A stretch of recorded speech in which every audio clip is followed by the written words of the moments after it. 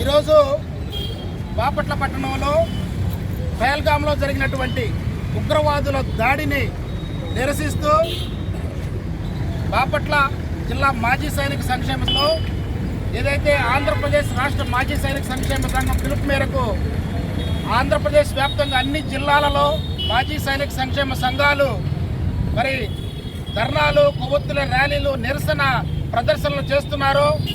దానికి అనుసంధానంగా బాపట్లలో కూడా మరి ఈరోజు నిరసన కార్యక్రమం మరి చేయటం జరుగుతుంది.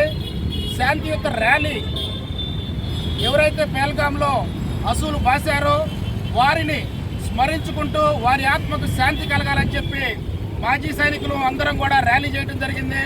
అదేవిధంగా భారతదేశ వ్యాప్తంగా 140 కోట్లకి జనాభా పైన ఉన్నా కానీ భిన్నత్వంలో ఏకత్వం నిదర్శనమే ఈ యొక్క పహల్గామ్ ఘటనని అన్ని రాజకీయ పార్టీలు కూడా పార్టీ జెండాలు పక్కన పెట్టి ఏకతాటిపైకి వచ్చి ఖండిస్తూ నిరసనలు తెలియజేయడం చాలా శుభసూచకం. ఈరోజు మాజీ సైనికులతో పాటు బాపట్ల జనసేన పార్టీ వారు కూడా మరి ఈ నిరసన కార్యక్రమం పాల్గొనటం మరి అసూలు బాసినటువంటి భారతీయులకు నివాళులు అర్పించడం చాలా శుభసూచకం. నిన్న మరి తెలుగుదేశం పార్టీ, బీజేపీ పార్టీ, అదేవిధంగా మొన్న వైఎస్ఆర్సీపీ పార్టీ వాళ్ళు కూడా సిపిఎం అన్ని పార్టీలు చేయటం వాళ్ళందరినీ కూడా మాజీ సైనిక సంక్షేమ సంఘం తరఫున అభినందిస్తున్నాను. ప్రత్యేకంగా ఈరోజు మాతో పాటు ఈ ధర్నా కార్యక్రమంలో పాల్గొన్నటువంటి జనసేన నాయకులను ప్రత్యేకంగా అభినందిస్తూ నేను ఈ సందర్భంగా భారతీయులందరూ కూడా ఒక విషయం చెప్పదలుచుకున్నాను.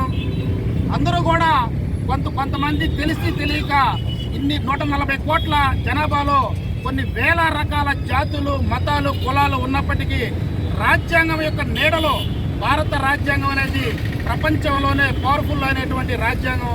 ఆ రాజ్యాంగం నీడలో ఈ రోజున భారతీయులందరూ ఇన్ని కోట్ల మంది ఉన్నప్పటికీ ఎవరో దుండగులు, దుష్టులు, కొంతమంది వెధవలు ఎవరో నలుగురు చేసిన మరి ఒక దుశ్చర్య కోసం ముస్లిం జాతిని కించపరచొద్దని చెప్పి నేను కోరుకుంటున్నాను. ఎందుకంటే భారతదేశ నిర్మాణంలో ముస్లింలది కూడా కీలక పాత్ర ఉందని చెప్పి నేను తెలియజేస్తున్నాను. మాజీ సైనికులుగా మాతో పాటు ఎంతో మంది ముస్లిం సోదరులు, ఎంతో మంది క్రిస్టియన్ సోదరులు, హిందువుల సోదరులు అందరం కలిపితేనే భారతదేశానికి రక్షణగా మిలిటరీ కానీ, ఎయిర్ ఫోర్స్ కానీ, నేవీ కానీ ఉందని చెప్పి తెలియజేస్తున్నాను.